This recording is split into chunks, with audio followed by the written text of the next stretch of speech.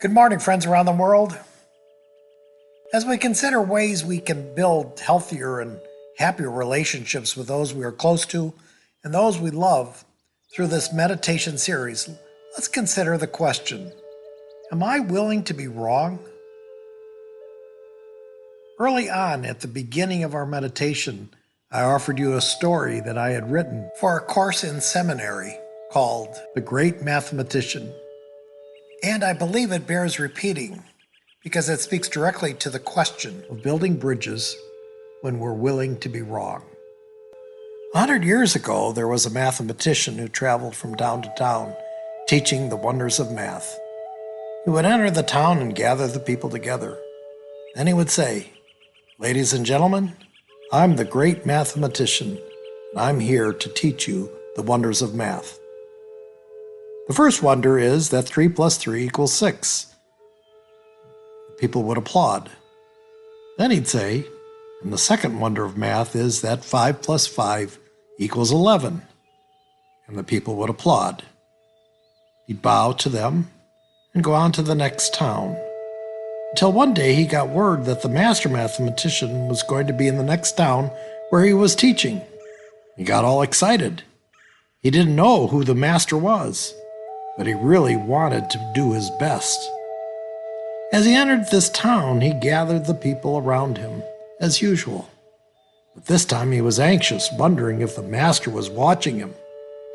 He started, "Ladies and gentlemen, I'm the great mathematician, and I'm here to teach you the wonders of math. The first wonder is that 3 plus 3 equals 6, and the people applauded.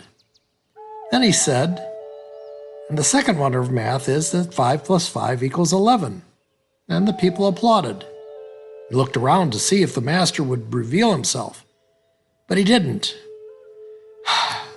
So he started on the next town. Suddenly, someone tapped him on the shoulder, and he turned around, hearing the voice of a woman. He said, "Yes?" And she replied, "You're the great mathematician, aren't you?" He smiled and said, "Yes, I am." She spoke and said, "It's good to meet you. I'm the master mathematician, and I watched you teach in the last town." The great mathematician was confused, and finally said, "You're the master?" She said, "Yes." Taken aback, he responded, "Well, what did you think of my teaching, master?" She said, "You love to teach math, don't you?" He said, "Oh, yes, master, it's my life." And she responded, "You do it well." "Oh, thank you, master. That means a lot to me." And she responded, "I have 2 things I'd like to offer you, son. You are correct when you say that 3 plus 3 equals 6. But, son, you are mistaken when you say that 5 plus 5 equals 11. 5 plus 5 equals 10. To which the great mathematician dropped to his knees and cried out to God, "I was wrong.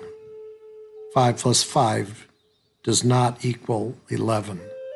5 plus 5 equals 10. The master responded, "Today you have become a better mathematician." You and I spend our whole life often trying to show people we are in relationship with how right we are, rather than making every effort to seek where we're wrong. It's a natural thing, isn't it?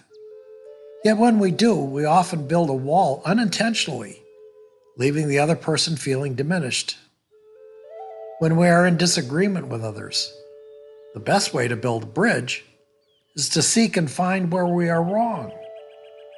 It's no big deal to proclaim that 3 plus 3 equals 6. But when we see where we're wrong, we often become a better person, a better father, better mother, better sister, better brother, better boss, a better employee, a better human being.